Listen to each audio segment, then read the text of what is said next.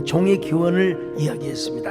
한 종에서 수십 수백 가지 종으로 변이가 됐다는 거예요. 그러나 지금까지 과학적으로 다른 종에서 다른 종으로 변이가 되거나 그런 적이 없습니다. 진화가 된 적이 없습니다. 이유는 하나님께서 각기 생물들을 그 종류대로 창조해 주셨기 때문에 그렇습니다. 다윈이 진화론을 주장했을 때 세포나 유전 정보에 대해서는 전혀 무지했습니다. 창세기 1장은 태초에 하나님이 당신의 지혜로 당신의 말씀으로 천지를 창조해 주셨다는 얘기입니다.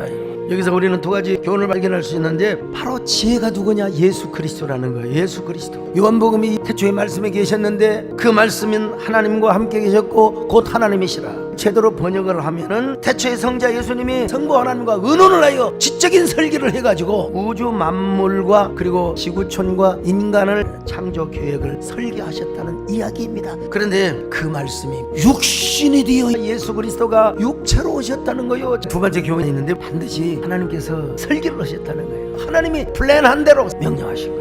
천지 만물 우주 우리를 하나님의 형상대로 지정의를 갖춘 인격적인 존재로 우리를 창조해 주셨다는 겁니다. 여러분, 이게 하나님의 창조가 아니고서는 있을 수 없는 일입니다. 그래서 다윗은 우리를 지어주신 하나님의 그 모든 은혜가 신묘막측하나이다. 근데 현대 과학은 지구의 나이를 한 46억 년, 성경에서는 정확하게 연대를 말하지는 않지만 한 7,500년에서 한 8,000년 정도로 나와요. 인류의 역사가 지구의 지질 연대와는 엄청난 편차가 있다는 사실은 분명한 거예요. 사실 그때는 중력의 법칙이 오늘하고는 다르기 때문에, 그리고 태양은 넷째 날 만들어졌어요. 그래서 그 하루는 오늘의 24시간의 하루가 아니라 하나님 편에서 말씀하는 하루다. 태양력에 의한 24시간은 바로 날짜부터 가능하다. 그 전에는 태양력에 의해서 시간이 발생하지 못한다. 서울대학교 물리천문학부에서 가르치고 계시는 재원호 교수님, 이 시대 최고의 물리학자입니다. 그분이 쓴 과학 창세기의 우주를 만나다.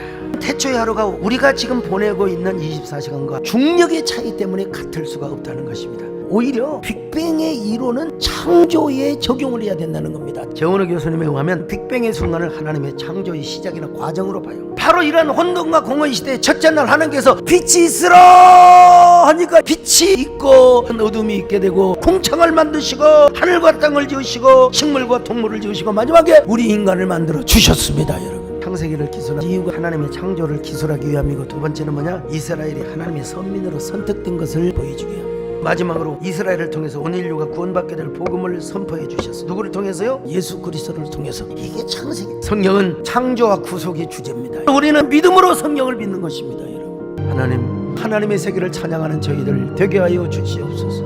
예수님의 이름으로 기도드리옵나이다. 사랑합니다. 아주 많이 축복합니다.